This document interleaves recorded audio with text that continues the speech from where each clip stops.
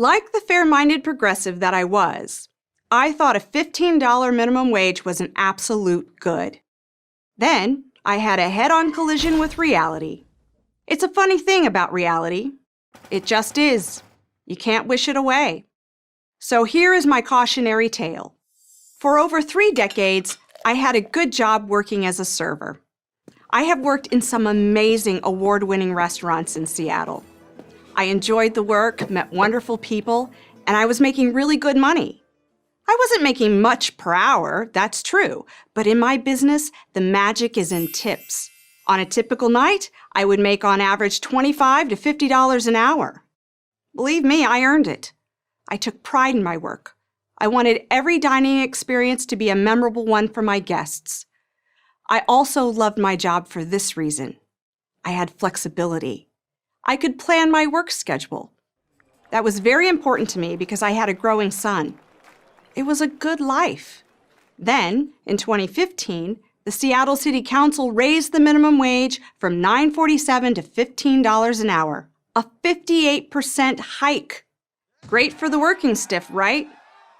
Well, hang on, because here comes Mr. Reality. The business owner, the person who signs the checks, has to find a way to pay for this massive new expense. For Walmart or Microsoft or a large restaurant chain, this might not be a problem. For a local restaurant owner, it's a nightmare. Contrary to popular opinion, most restaurants don't have big profit margins. In fact, most are razor thin. Seattle restaurant owners, faced with this shock to their bottom line, raised prices, reworked their menus, and created new compensation models. Some did away with tips altogether, substituting a flat service charge as a way of navigating the climbing wage.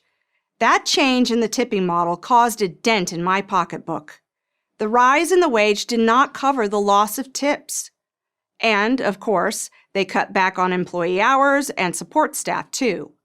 But for many establishments, none of these cost-saving measures worked.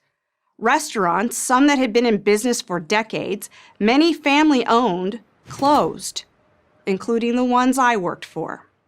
Good servers don't grow on trees, and I was able to score an interview at another amazing restaurant. Then, before I could even confirm the interview, that one closed too. Same reason. The $15 minimum wage cut their profits down to nothing. So let me add this up for you.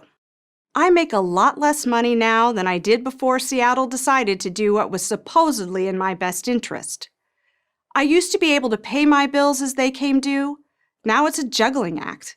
I used to have enough money to support my son's extracurricular activities. Now I often just say no. Before the minimum wage increase, I had one job and worked 4 days a week. After the wage hike, I had 2 jobs and worked 6. With my skills and a tipping culture, I used to average 18 to 20% or more on any check. Now, instead of tips, I get a flat 14%, part of the 20% service charge the restaurant owner tacks on the bill. I still pride myself in providing good service, but the incentive to go the extra mile is gone. There is no way to maximize my income. And what's Seattle's answer to my problem?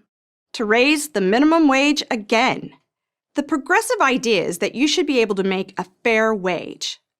But if you have no job or are working more for less, how is that fair?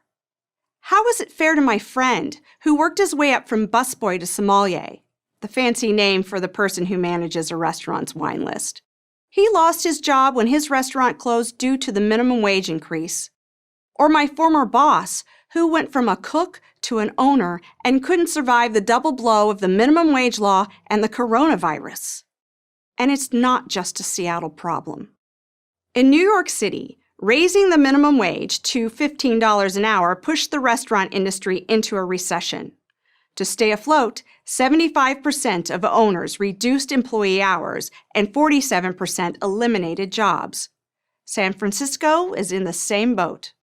Mandating minimum wage laws might be a winner for progressive politicians and ivory tower economists, but it's a loser for those of us who have to live with the consequences.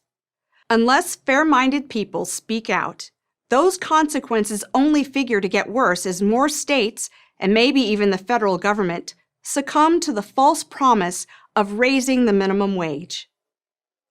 I'm Simone Barron with the Full Service Workers Alliance for Prager University.